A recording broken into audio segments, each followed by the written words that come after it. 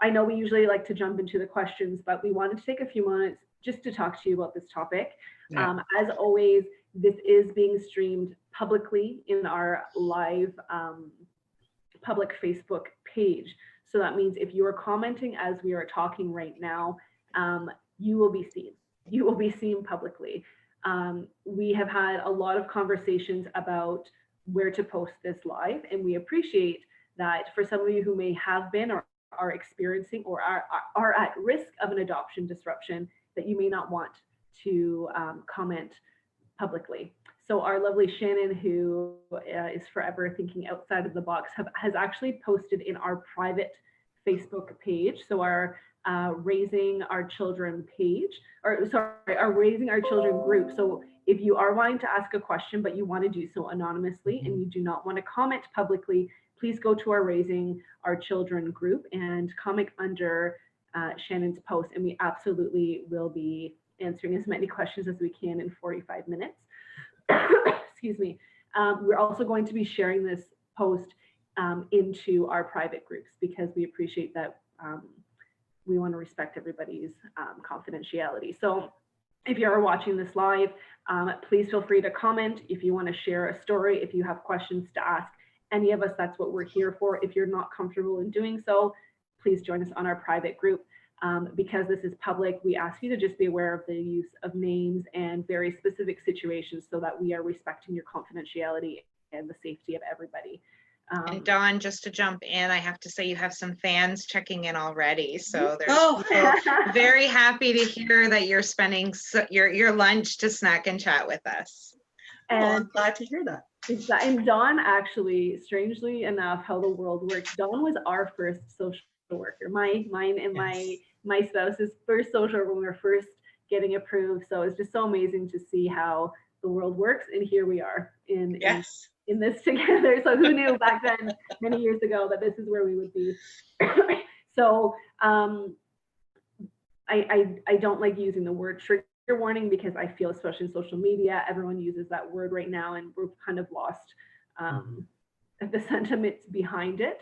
And as a social worker, we hear that word all the time. But we want to make sure that you're in a good place to hear this. This is a big, hard topic. There is a lot of grief and hurt and pain involved in topics like this, but we have to talk about it. We can't keep sweeping these emotions and feelings under the rug. This is things that happen to a lot of amazing, beautiful parents and families and children. And I feel like we are doing a disservice to our community by not addressing it. So this is why we're talking about things, the hard topics. But we want to make sure that you are in a place to hear it, that you are getting the support that you need. So if this is too big, if it's too much, keep on scrolling, turn us aside, and come back to this, because we're not deleting this post. So come back to it when you're in a good state. So and another thing, Catherine, I just want to say, and I'm not sure, I'm trying to monitor all the feeds. So if I look tuned out, I'm just trying to make sure I'm not missing any of our community. But another thing that I know you posted about is that we've prepared all of our parent liaisons, that there may be some families that need a little bit more support. So all of the parent liaisons across our region are putting their ears out there, so feel free to reach out to them if today seems, or whenever you watch this, you feel that you need that extra hand. Thank you. So that being said, we do have a few questions coming in. We're going to do our absolute best to answer as many as possible with as much respect and dignity as possible. And this is why Dawn is here. I need to stop talking because we're running out of time. So, all right, so we'll get started with our questions, and they're in no particular order for anybody. They've just come in from our community. So the first one is, I've heard the term TCA before with families who are close to adoption disruption. What is that, and who do we contact if we are at this point? So a TCA stands for what's called a temporary care agreement. So that is usually a voluntary agreement that parents will enter into in partnership with the Children's Aid Society to find an alternative placement for their child, whether it's a specialized foster home, whether it's group care. They would sort of agree. So it's kind of like a letter of custody, right? Where they would give temporary custody to the Children's Aid Society to allow the child to be placed in one of their homes. And generally that's done as a temporary measure. You know, if someone is really struggling, if parents are struggling, they're feeling like they can't keep the child in their home safely anymore, they'll contact the Children's Aid Society in their area and kind of say, look, you know, I can't keep Jonathan anymore. This is happening, that's happening, or I'm losing my temper, or my son is losing his temper and he's attacking the other kids or something like that. And then the Children's Aid will come in, and if they can't give the kind of support that a family needs to keep the child safe within their home, they will offer what's called a temporary care agreement. So it's anywhere from 30 days to 6 months. They can do it up to a year to find alternative care for the child, with the hope that, you know, they'll get the kind of supports in place that they need so that that child can then return back to the family. And I think that's a big fear for a lot of families who, especially at that point of crisis, is if I do reach out to my Children's Aid, or you know, if I do reach out and the word TCA is brought up, I can never agree to a TCA because that means the child's gone. And so I think it's really important to know that that's no one's best interest. Your local Children's Aid does not want that. That is the last resort. And that's not even their mandate. You know, their mandate is always to try to work to return children to their families, right? So, and hopefully the worker that you get will get enough support to understand that that special dynamic around adoption is very complicated, right? And there's lots and lots of layers to having a child with trauma who's been living in your home.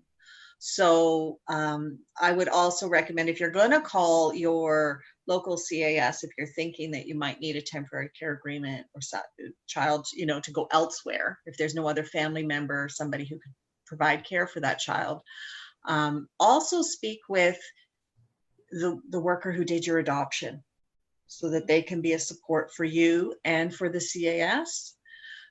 They might know things about the history. They might know things about that dynamic. Like if you've got, you know, an intake worker coming in who is not so familiar with adoption, right? They're going to have do a little bit of learning, right? And so your adoption worker, whether it's a CAS worker or a private worker, can do a little bit of that teaching for that person, right? To help them understand the dynamics so they can be sensitive to everything. I'm going to ask, because this is an area that I don't have a ton of knowledge in, and in my role as an RPL, I've assisted some families. So I want to know on their behalf, and maybe it's a question down here, but I want to know, is TCA, is the term something that we should arm, or a family should be armed with when going to the CAS? And I'm only asking because I have two families that I've been supported that feel they're in crisis and are being turned away from the CAS. So they're now at like, what now? So if you add the language of a TCA, would that assist, or? I don't know. That's the truth. I don't know if that would assist, but I think that it's really important that, you know, people understand that at the intake level, those intake workers are kind of gatekeepers. And so they're going to be trying to push you off and see what else you can do in the community before it actually comes down to that. But if you're truly, truly feeling like that child can't remain in your home safely, whether it's you guys aren't safe or that child is not safe, or maybe it's both, and there's nowhere else for that child to go, then you need to be very clear when you're talking with the worker and use language like, this child can't stay safely in my home.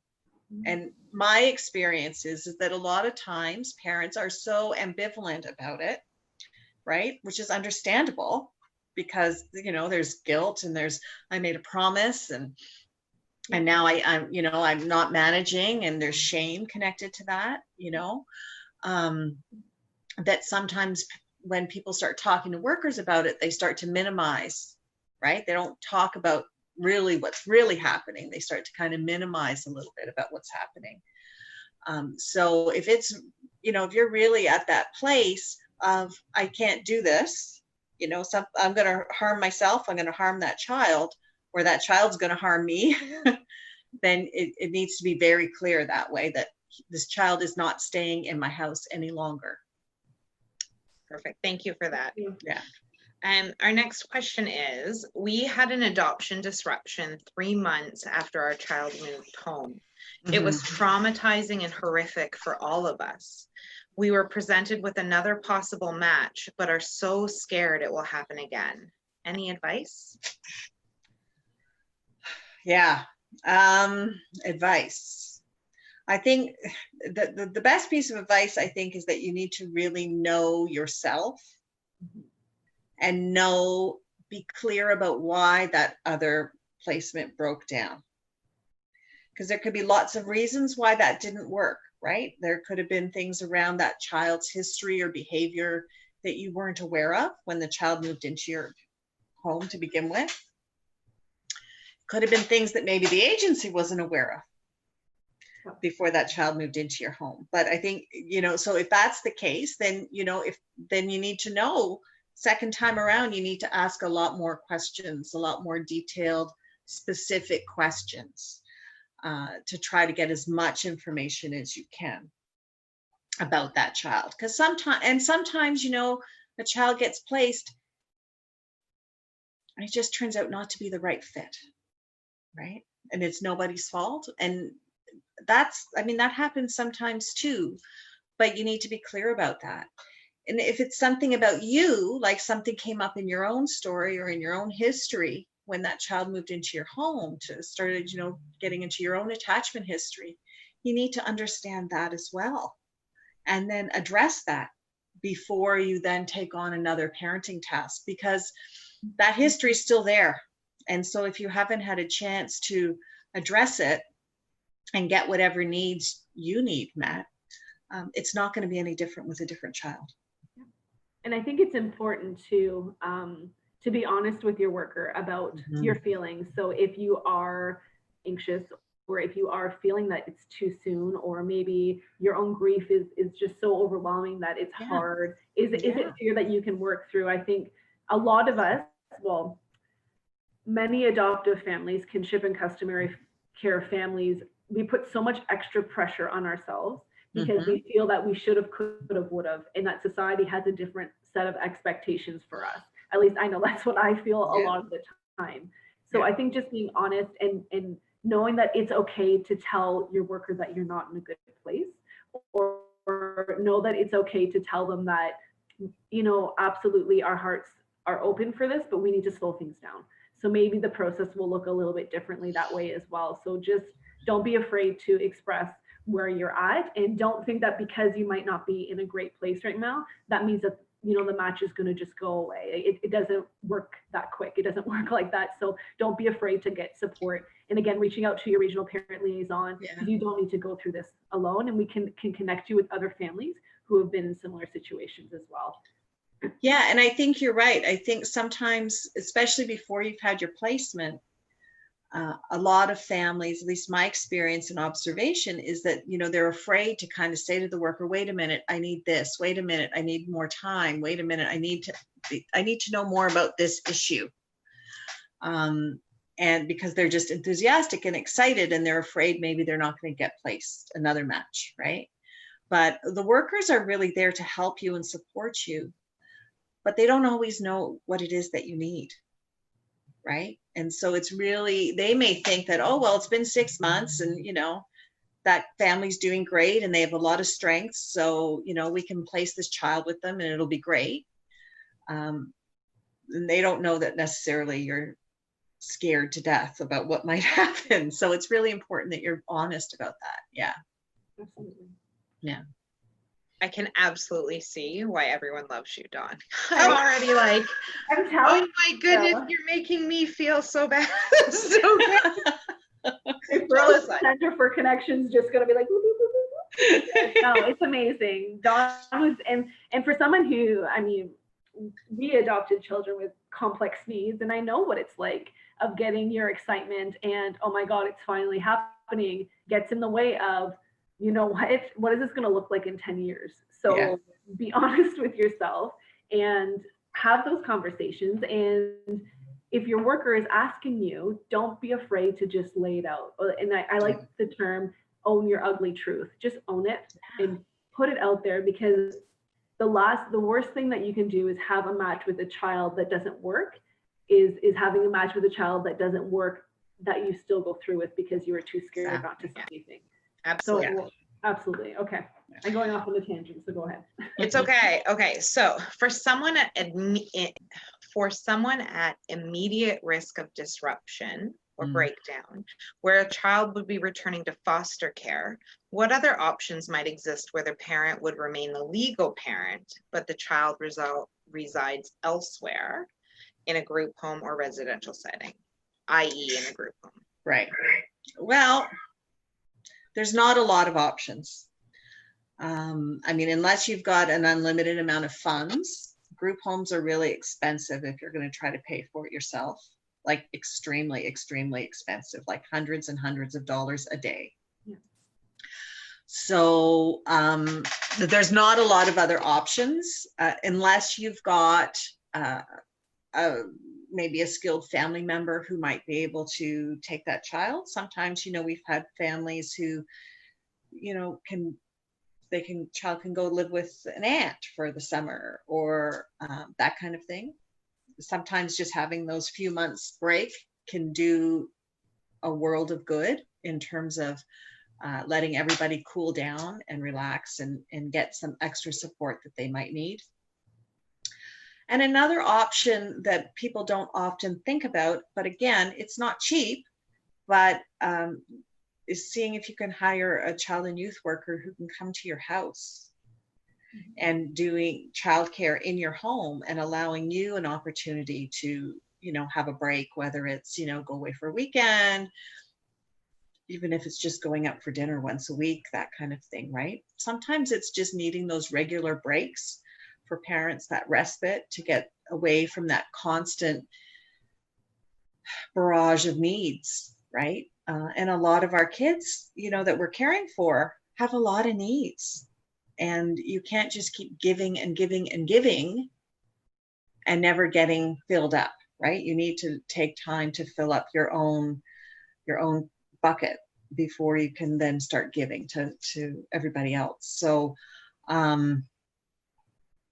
but if it's really at that point where that child, you've exhausted all of your informal support system, then it probably will mean that child will need to, you know, you'll need to contact your CAS, and then they can help you find a home. And I know that in some cases, in families that we've supported where the child did leave their home, again, this depends on the circumstances, but it doesn't necessarily always mean that contact is cut off. No, and it shouldn't mean that. And unless there was a very specific reason, right, we still continue to have that relationship. And I like to, when I'm talking to parents who have gone through this or who are going through this, is that sometimes it's about redefine what parenting means to you. So for some people, being a parent doesn't mean your children live with you. Being a parent doesn't mean you have to be their caretaker. And a lot of times for kids who have high caretaking needs, you're not even their parent because you're spending your life caring for them. So it's about redefining family and parenthood. And for children who do have very extreme exceptionalities, physical, developmental needs, significant trauma, severe behaviors, I know that service resolution or the complex special needs team can come in, and that's a specific designated ministry set, people who can help potentially look at these options, but it is very hard to get in, to get support through them. And it doesn't mean that because you have the complex special needs team with you that, you know, you get access to everything. So I think if you have a child with very extreme, significant special needs, there potentially are other avenues that you can look at. But absolutely, if a child has to leave your home for whatever reason, it is in no one's best interest to cut off contact unless there's a specific reason. So if you're at that point and you are talking to your children's aide, talk to them about what openness and what break. It doesn't mean that the child can't come to your house for holidays. Absolutely. It depends on what that relationship will look like. So ask them what this actually means for your family, and again, work on that kind of redefining who you are in that child's life, and changing what the word parenting means. Yeah. I know when I first came on as staff with Adopt for Life, and I had an amazing conversation with Lori Cabral, who told me and totally redefined permanency for me, and it's totally redefined my whole thought process about the whole situation. And I was pretty open last week at, can't even remember the topic now, but about our family have been in crisis at one point, and all of these emotions were so front and center. And I kept going back to Lori saying that permanency doesn't mean that they live in your home forever. You can parent in all different situations. And I really think that the guilt and the shame that come along with adopting in that whole, but I said I could do this. I said I wanted this. I asked for this. It's right. You said at the beginning, we don't talk about it enough, because yes, we're asking for it, but at the same time, like you said, Dawn, we can't just deplete our bucket and keep functioning from a dry bucket. We're no good for that child anymore. So I think that those pieces need to have more fluid conversations, whether it's just people like ourselves being like, you know, I felt this and I hear you, or just speaking that just because they live here or here or here doesn't mean that you're not their parent. I'll move to the next question that quite potentially should have been the first question, so I apologize. But it says, why do adoption disruptions happen? It is so scary to think about this as an awaiting parent. Yes. And that's to think about this as an adoptive parent. So just to let you know. It's a big question. It's a really big question. And I don't know there's one specific answer. I think there's a few different scenarios that I've kind of come across in my years. And I've kind of touched on it a little bit. And the first might be just, it's not a good fit, right?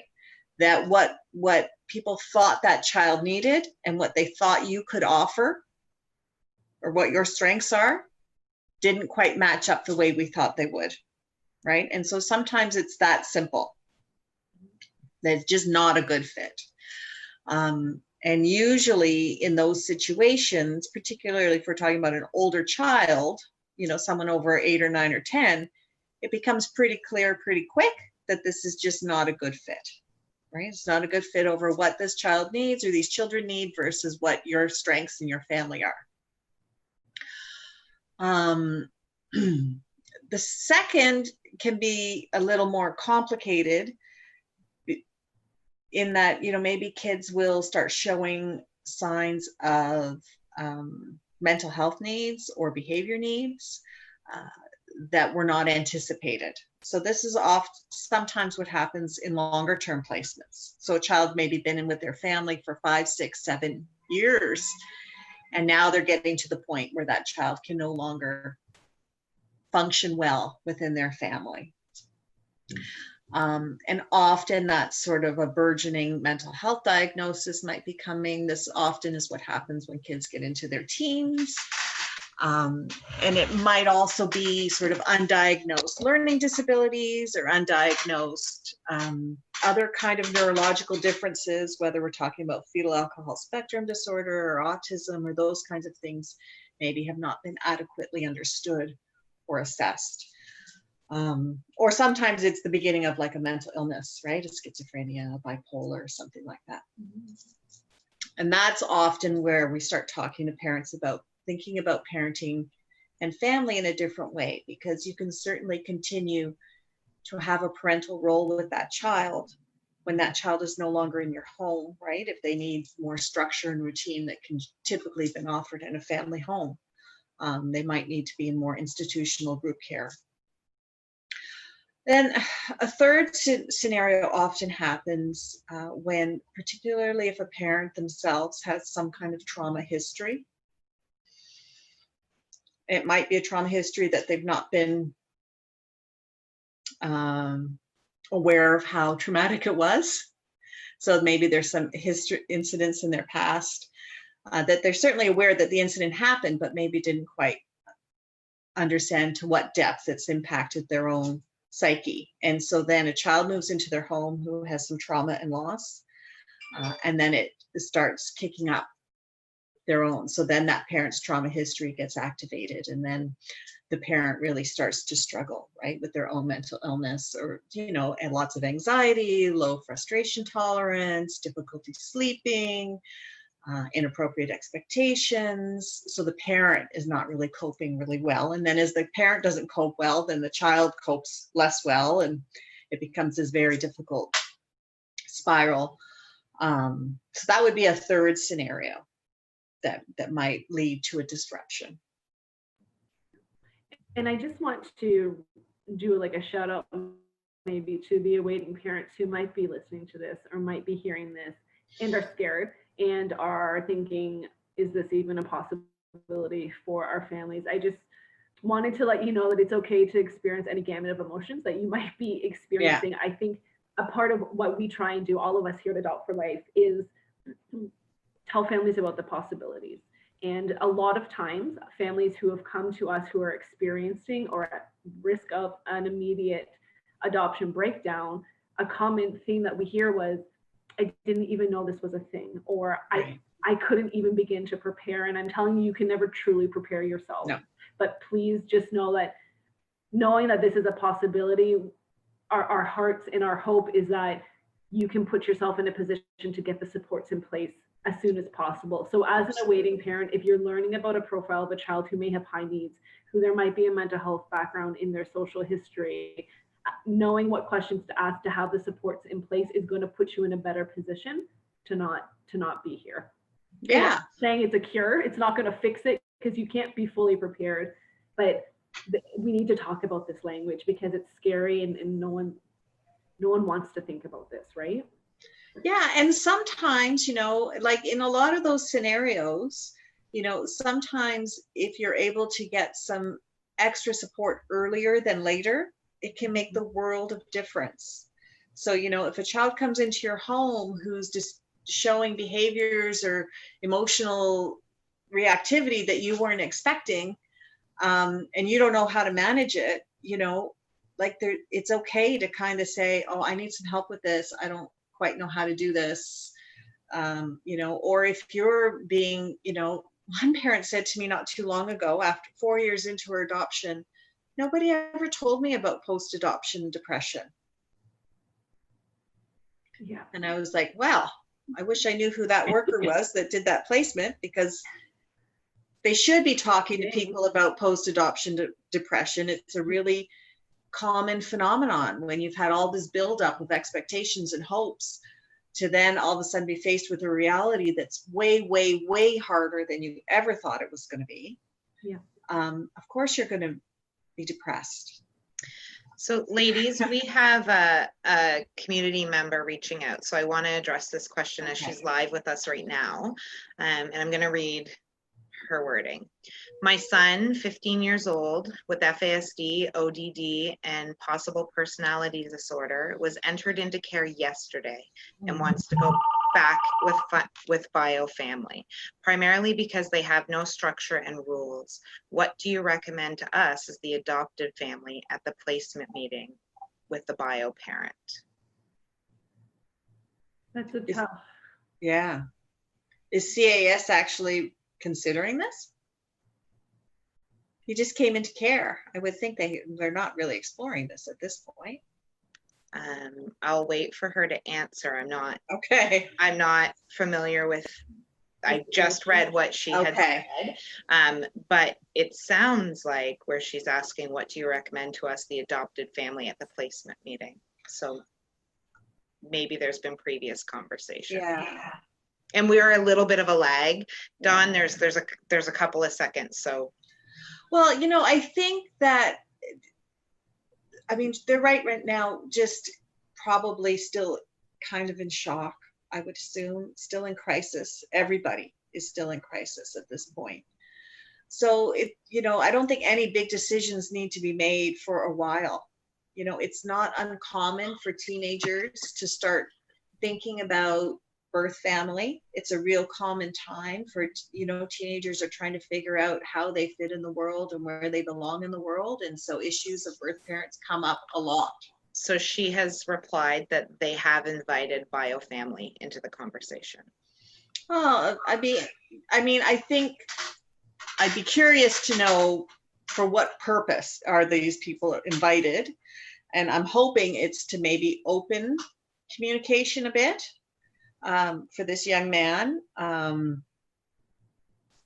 And I don't, it's kind of hard to know exactly, but I think that parents, and I'm talking about the adoptive parents, need to be honest about what they can manage and what they can't manage. And they need to be able to figure out how they can cope with this, right? And still accept their son for whatever it is that he needs. And she's further, and I just want to address, because it's not a question that we're going to answer, but she's just stating that their heart is broken. And we absolutely hear that. And I think it's important that you reach out to the community and allow us to support you. We may not have the answers, but it's like we're hearing your pain right now. Yeah, it's big grief. And again, just kind of like what Shannon was saying, you're not doing this alone. You don't need to do this alone. And connecting with your regional parent liaison, connecting with other families who have been through it. At the very least, we can be here to walk alongside you in this journey. If not, hopefully we can help you with some language or verbiage, or just preparing you for some meetings, because these are going to be hard conversations, especially since your grief is so raw.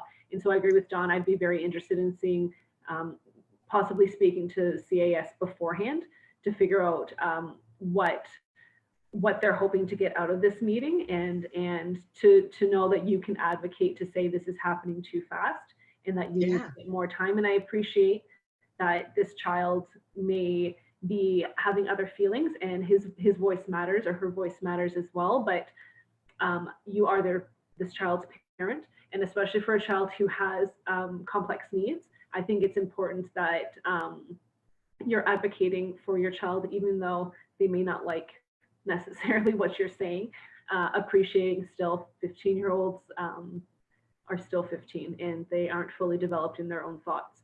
And the grass is always greener, right?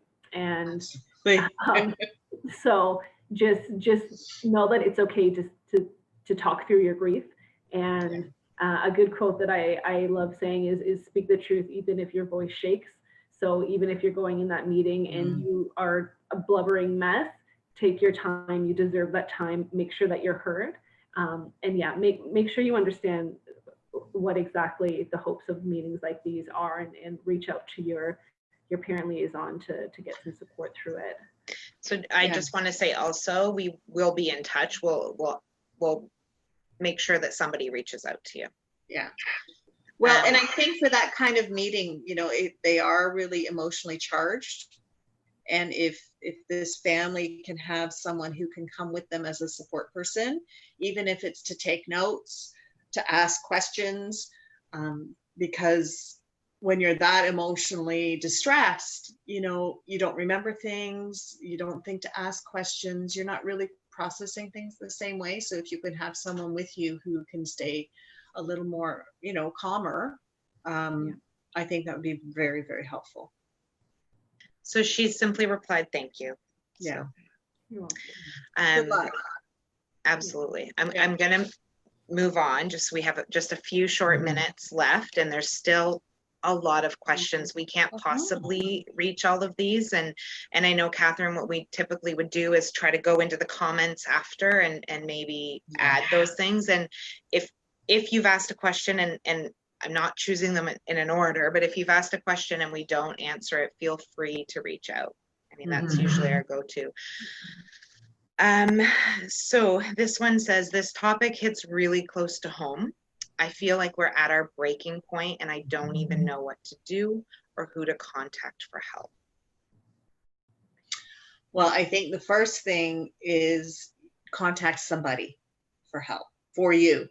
Don't even, you got to start with you as a parent before you can start thinking about your child, you know.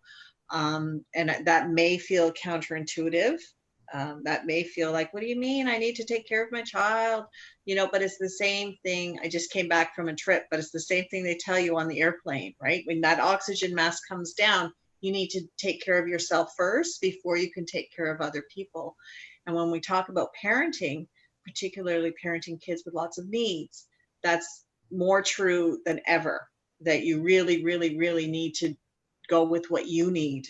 So, you know, find somebody that you trust, that you can be honest with, that you can start talking to them. You know, I mean, a professional person that, you know, you can start talking to them about your own mental health needs, your own emotional health needs, and then take it from there. And maybe with that person's help, you can start crafting up a plan of, okay, what can we do here? Because yes, your child probably does need help and support, but this is a family issue. This is not a child issue. So the whole family is going to need support to cope with whatever's happening in your home. You know, if you've got a partner, then probably your relationship with your partner has also been seriously impacted. So, you know, we need to look at everything to get you guys back on track.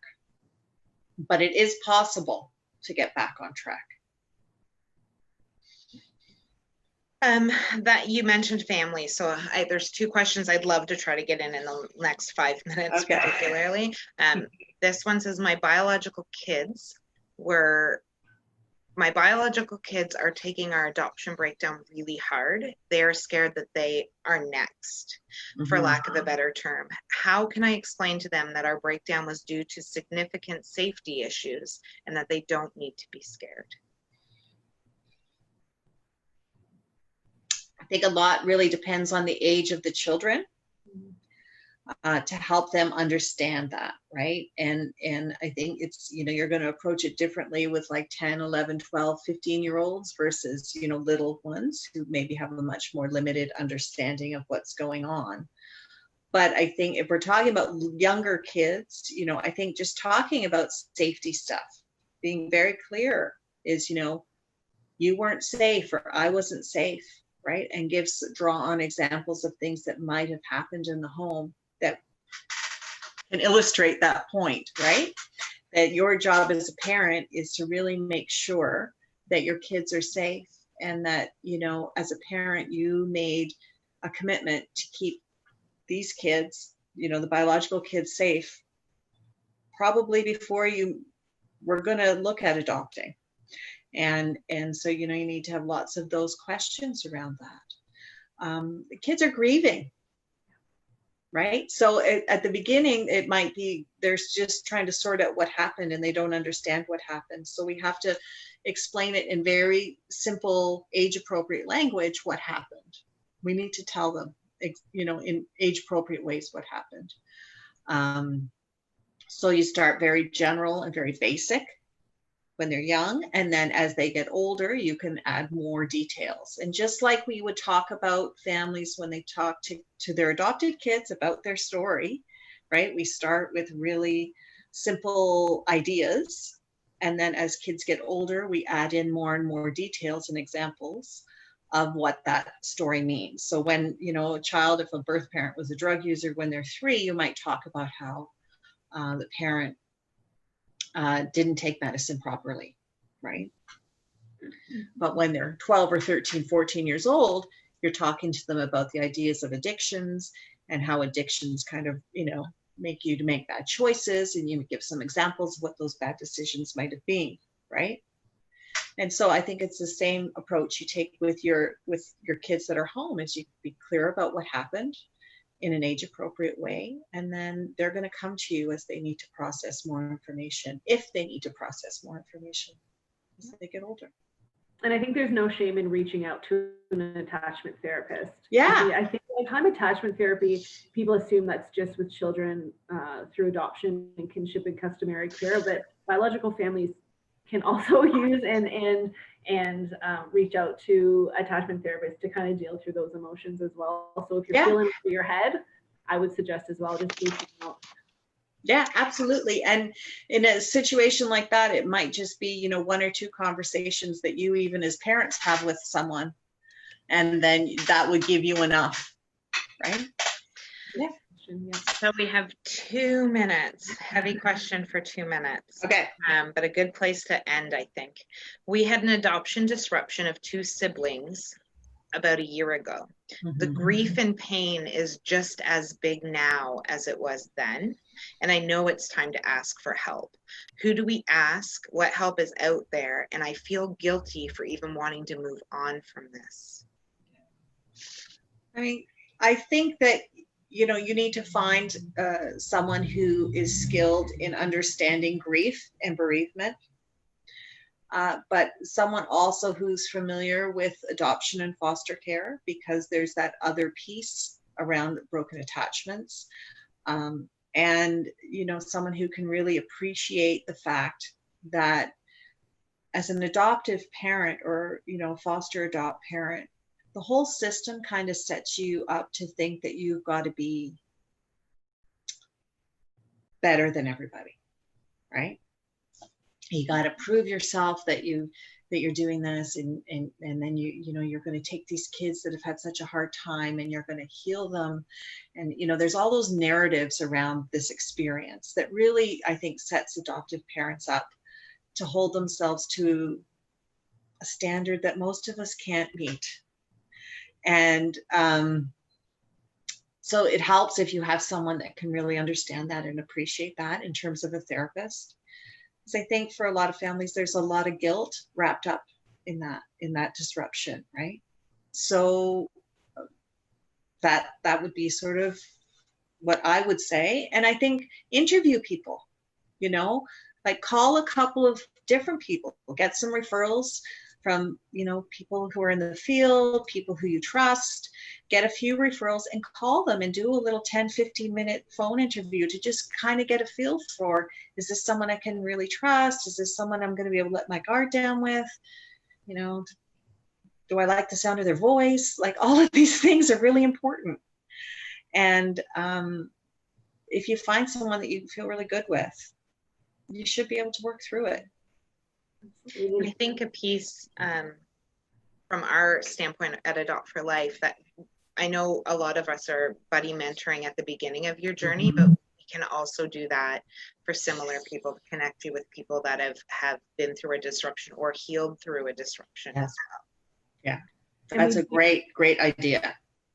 Someone who's been there, and I know that we actually do have a private group for those who have experienced an adoption disruption. And so if you are going through this and you want to reach a community of people who have gone through this, there are specific groups for you. And we at Adopt for Life try and keep an updated list of the trauma and adoption competent therapists. So please feel free to reach out to your parent liaison to see who might be local to you. And if you don't know it, we will help you search for one. And also, because we are on our public page as well, if you're not currently linked to a parent liaison, I know it sounds like a phantom ghost thing way out from Star Wars or something. You can just write info@adoptforlife.com, or you can go to our website, Adopt for Life, and /join our community. And lovely Catherine will see your information and make sure that you're plugged to the right people. Excellent. Absolutely. So I know that we're 2 minutes over, Shannon. We weren't too bad. I know. We good. rocked this. Dawn, you're a pro at this, clearly. I know we're just going to wrap up. So Dawn, thank you so much for coming and for your wisdom. I'm speechless at how much knowledge you have on topics, especially the hard stuff that we were a bit nervous in answering. So thank you so much for coming and sharing and educating us all. Shannon, you are always awesome as usual and helping us moderate. I appreciate it, and hearing feedback and sharing our own stories. Hopefully we found, you guys all found that helpful. The last 2 weeks we have had really deep, heavy snack and chats, and I appreciate that. I appreciate that not all of these are light and fluffy. But this is why we do this, because we're real people in real life and situations, and we want to share it. So next week we are shifting gears a little bit. So we are talking about intercultural transracial adoptions. So if you do have questions and supports about that, whether you're an awaiting parent or currently adoptive kin or customary care parent who have questions, this is what we'll be covering. So we're hoping to kind of shift things up. But heavy stuff needs to be talked about. So if you do have a snack and chat option, if you are experiencing something that you would love to hear us talk about, hopefully we can get amazing guest speakers in, reach out to us, let us know. We're all over Facebook, as you can tell, whether it's Shannon or myself, or email us at info@adoptforlife.com, and we'll be happy to include that in some of our snack and chats as well. We had someone just jump on right now saying, oh no, I missed it. I just logged in. This will sit in on the public page. So you haven't missed it. In a few minutes, you'll be able to go back and hit play. And then I'm going to transfer it into our private pages as well. So people are going to grab the information. So you haven't missed it. You're okay. All right. Wonderful. Thank you so much, John. Thanks, I appreciate it. Thank you, ladies. Thanks for all your hard work. I really appreciate it. Awesome. Thank Awesome. you so Thank you. much. All right, Bye-bye. guys. Have a great afternoon. Bye, guys. Bye.